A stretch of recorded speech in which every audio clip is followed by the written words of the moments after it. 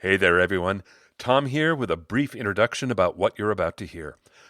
Recently, I got an invitation from my good friend Dave Stachowiak.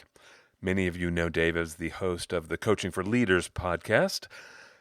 Dave invited me to participate in a conversation with some of his Academy members, and I had a great time, in particular when we were talking about the topic of what's the difference between what leaders do versus what managers do. Now, I love this topic. I have been paying attention to that exact topic since my earliest days as a coach. One shelf in my library is stacked with books about leadership versus management. And years ago, I did 2 episodes on the topic. After the conversation with Dave and his folks, I went back, I listened to the episodes, and I thought they were good. It was fun also to hear the show because it was a little different back then. This was back in 2017, but the tools are really helpful. There are a lot of them. And so here's what we've done. First, Paul Eisen, our resident artiste, created one of his great-looking infographics that supports the ideas in both those episodes. The tool is available to you on the Essential Communications website, essentialcomm with 2ms.com. The link is always in the show notes. That new tool and all the other infographics from all the other episodes, they're all in the Essential Tools bin. When you get to the website, Essential Tools bin, go grab them, help yourself. The second thing we've done, we're rebroadcasting these 2 episodes about leadership versus management. There's one this month and one next month, and the infographic supports the ideas in both. Enjoy the show. Welcome back to The Look and Sound of Leadership, an ongoing series of executive coaching tips designed to help you be perceived in the workplace the way you want to be perceived. I'm Tom Henschel, your executive coach, and today we're talking about leadership versus management. Reiko had leapfrogged her colleagues. Now, while still leading her large group of accountants, she was going to become the CFO of a division as well. Her boss, who was a huge supporter, got her coaching so Reiko could step boldly into her new role while still juggling the old one. Early in Reiko's coaching, she and I met with her boss, Scott, to hear him articulate his goals for her coaching. When we were all together, he said, "She's so good. She deserves everything she's getting. So my goals for the coaching? I just want to be sure all that management and leadership stuff doesn't bite her in the ass. She's going to have to be firing on all cylinders from day one." I asked what he meant by all that management and leadership stuff. "Well, she's going to have to keep leading her current group." He looked at Reiko. "You're the reason they're the superstars that they are. They sure weren't like that before you took over. And now, look at them. They're terrific. I don't want their performance to decline just because you're taking on this other role. They're still your people, and you're going to have to keep leading them just like you have been." Scott turned back to me and continued, "And this new division she's going to be managing? Boy, are they in trouble. Reiko's going to have to make some tough choices about what their work is and then put systems into place to make it all happen. It won't be easy to manage." Then the conversation turned away from his ideas about all that leadership and management stuff.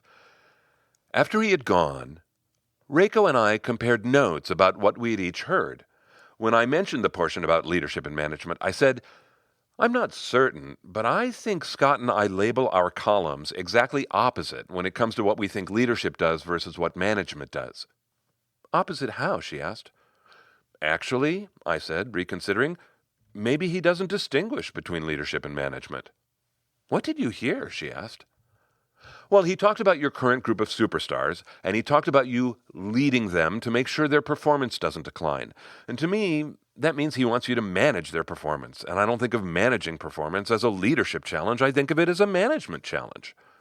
"Really?" she said. "For me, it's both." "How so?" I asked.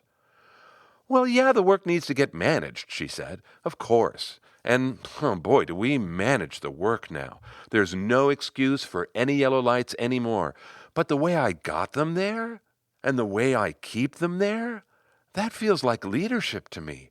I tell them over and over how important the work is. I cheer them on. I pump them up. That's all leadership." I said, "So for you, leadership has a lot to do with motivation." You bet, she said. I learned that from my first boss. He was fantastic. He used to say all the time, leadership isn't about what people do. It's about what people feel. And that's been my mantra ever since. To me, leadership is about getting people to care about the work, whatever that takes. Oh, that sounds great, Reiko. So what did you think when Scott said the new division needs to be managed, that you're going to be having to make tough choices about their work? Well, I think he's right, she said.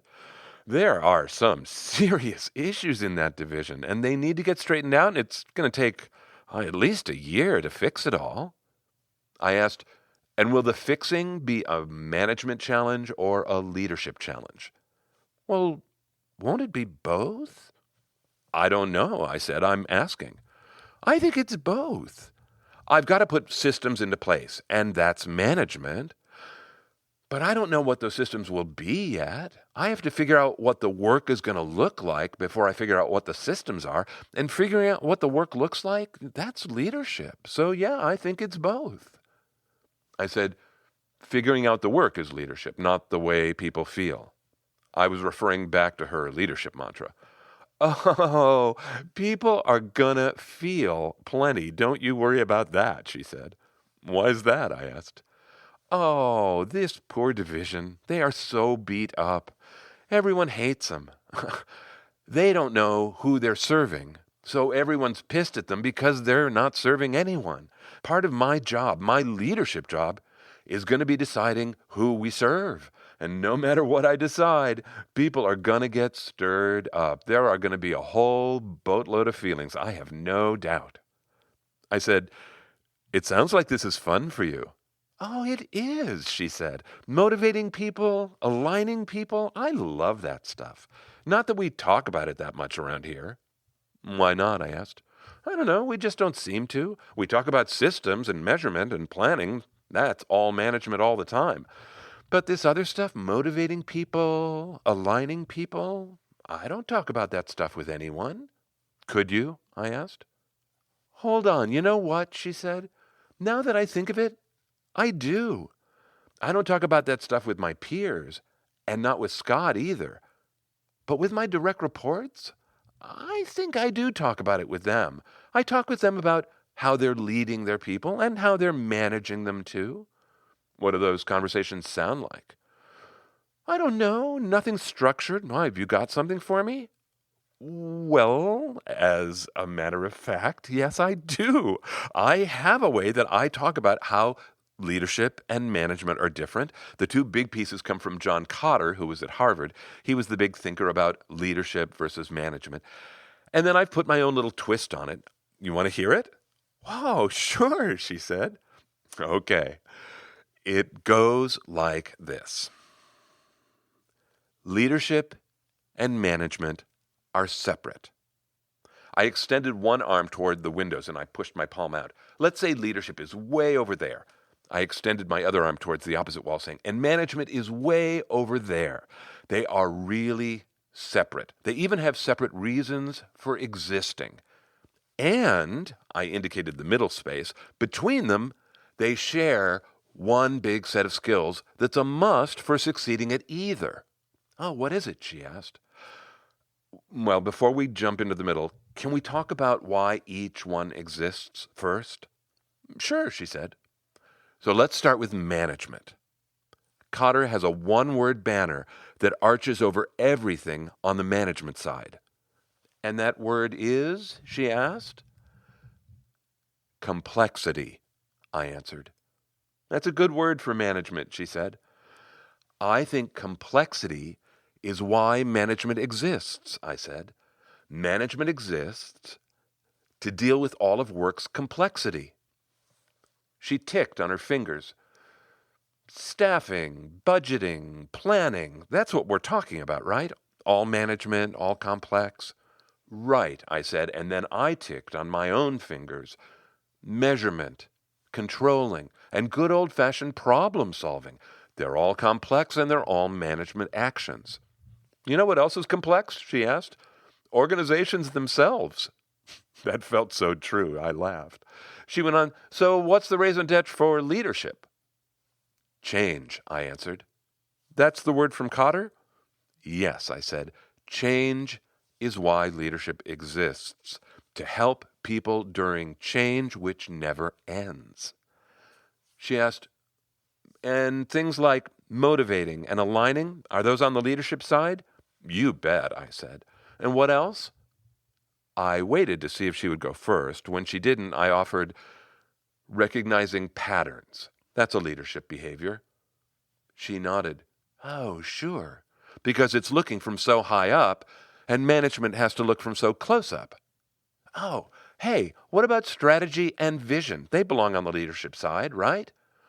I'm actually cautious about those words, I said. Really? She said. They feel low-hanging to me. Why are you cautious?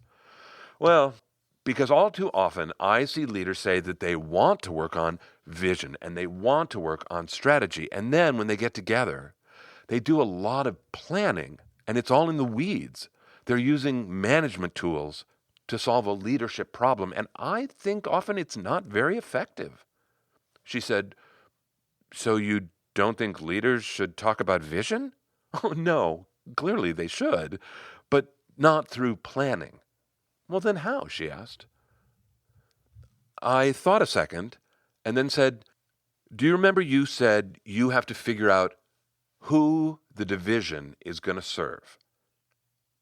That question, I think that's a real leadership question. But when you start to unpeel it, there are no real measurements in it. There's direction, yes, but measurement, I don't think so. I mean, look, what are you going to consider when you consider that question? There are deliverables, yes, of course, but you're also going to be considering things like people, maybe values, maybe service. You're going to consider qualities, and by their nature, they will be hard to measure. So a question like yours, who does the division serve? I think that kind of question can lead you to a vision, but planning can't. For me, she said, questions like that, who do we serve? Oh, those are the fun questions. I guess I'm better on the leadership side than the management side.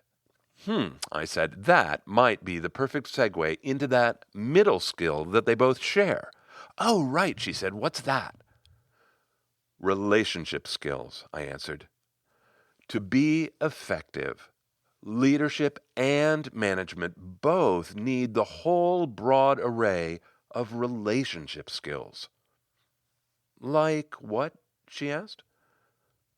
Ticking a new list, I said, strong positive networks, the ability to persuade, having influence, using emotional intelligence.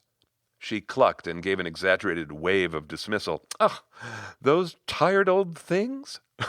Right, I laughed. But think for a minute about leadership.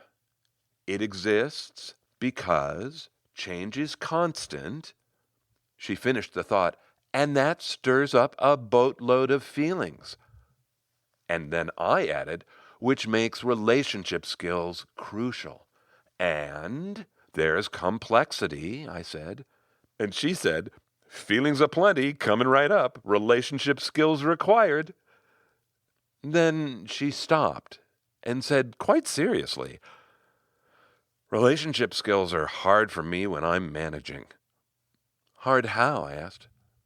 When I'm in the weeds, sometimes I completely forget to be nice.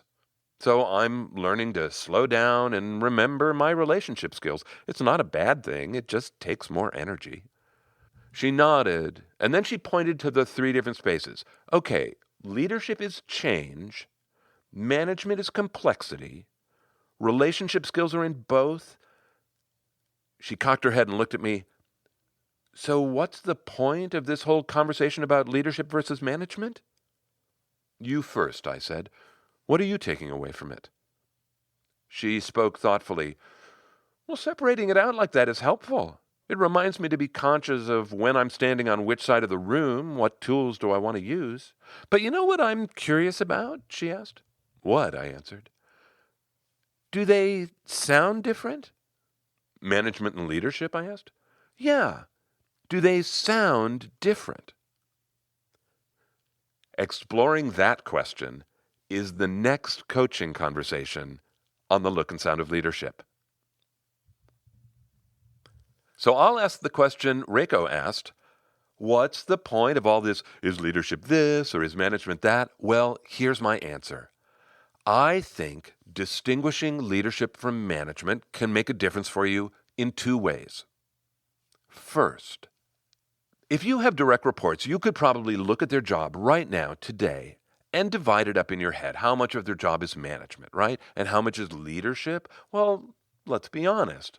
When people are still fairly junior, they have way more management to do than leadership. Like that intern you had last summer, she probably didn't do anything but management tasks, right? She wasn't doing leadership. So it's possible your direct reports don't get a lot of practice on the leadership side. So one way you can help them grow is to talk to them about this distinction, challenge them, remind them there's another way to think about their work and to think about their skills in addition to only the management way. There's the leadership way. And if you can help them see that distinction, it will mature them about their own work. So that's the first way. It's about the people that you lead. The other way is about yourself. So look, could you survive your entire career and never think about this stuff and do just fine? Well, of course you could, but achieving the look and sound of leadership is all about gaining mastery, getting conscious about yourself, your thoughts, your feelings, your behavior, and also about your work. The ideas in this episode are meant to help you think deeply about your work. And I don't take those words, think deeply, lightly. Thinking deeply is hard, and it doesn't just happen. You have to make the effort to do it. I was just with my mastermind group this week, and one of the coaches there I love this woman. She's a dear friend. She is so gifted. And I listened to her lament how she had lost time for reflection and how much poorer her life was because of it. And I was aghast listening because this is one of the most mindful people I know on the planet. And if she doesn't have time to reflect, well, who does? And I really thought to myself, yeah, who does? For decades, I have been listening to my executive coaching clients say kind of the same thing to me over and over. They often say to me that their time with me is often the only time they get to stop and reflect. Well, I'm saying the ideas in this episode are meant to make you stop and reflect. I know that won't happen unless you choose to do it. And this whole leadership management structure that I've laid out for you here is meant to accelerate that. It's meant to help you think more deeply. I think that once you start thinking about leadership and management as separately, you'll see that they require different behaviors, and that will help you become more effective. Now, during the episode, Reiko and I built lists, and I think those lists can be helpful. We built lists about management actions, and we built lists about leadership behaviors, and we built lists of skills for relationships. So how are you going to get the list? Look, you can go back and listen to the episode as many times as you like. And if you would like to see it in print, it is in the online version. Now, if you are an email subscriber and you get the HTML version in your inbox of the executive coaching tips, then you've already got the lists. It's all the way down at the bottom of the tip. But if you aren't an email subscriber, you can download the lists. Well, you can download the tip and then see the lists in a PDF of the episode. PDFs are available for every episode. And this month, January 2018, hey, Happy New Year. I hope you have a great 2018. So this month, January 2018, the episode is on the Essential Communications homepage. And then when the next episode goes live, this episode goes into the archive. The archive is the coaching tips tab on the website, and the website is essentialcomm.com, essentialcomm with 2 M's.com. And by the way, if you want to subscribe to the email version, just hit the subscribe button on the website. I would love to add you to the list. And speaking of people I love, this month there were 2 new reviews posted in iTunes. R. Sargent from here in the U.S., who wrote a really funny review about imagined conflict with his wife, and from Hong Kong, Parul Anand, who was so kind, so grateful. Thank you to you both. Truly, to all of you, reviews in iTunes are terribly important to an independent podcast like this. Those of you who make the effort, to post a review. Thank you so much. It means a great deal to me. I really appreciate it. Going back to leadership versus management, if you wanted to be thoughtful, if you wanted to listen to more episodes, what would you listen to? Well, this month you have lots of choices because, when you're in the archive, you can filter all the episodes by different topics. And one of the topics is leadership, and another topic is management skills. So you could browse those two topics and have a lot to look at. There's lots there. Well, I went in and took a look too, and I found 5 episodes that these are good representations. And so here are the 5 you might listen to. And by the way, as you're listening to the titles, you might see whether you think that particular episode would be filtered under leadership or management skills or relationship skills or both. Ready? Building empathy, dynamic one-on-ones, how teams fight, taming meetings, and the voice of authority. They're all there for you. Help yourself, search away. It is such a joy to talk with all of you. Until next time, I'm Tom Henschel. Thanks so much for listening.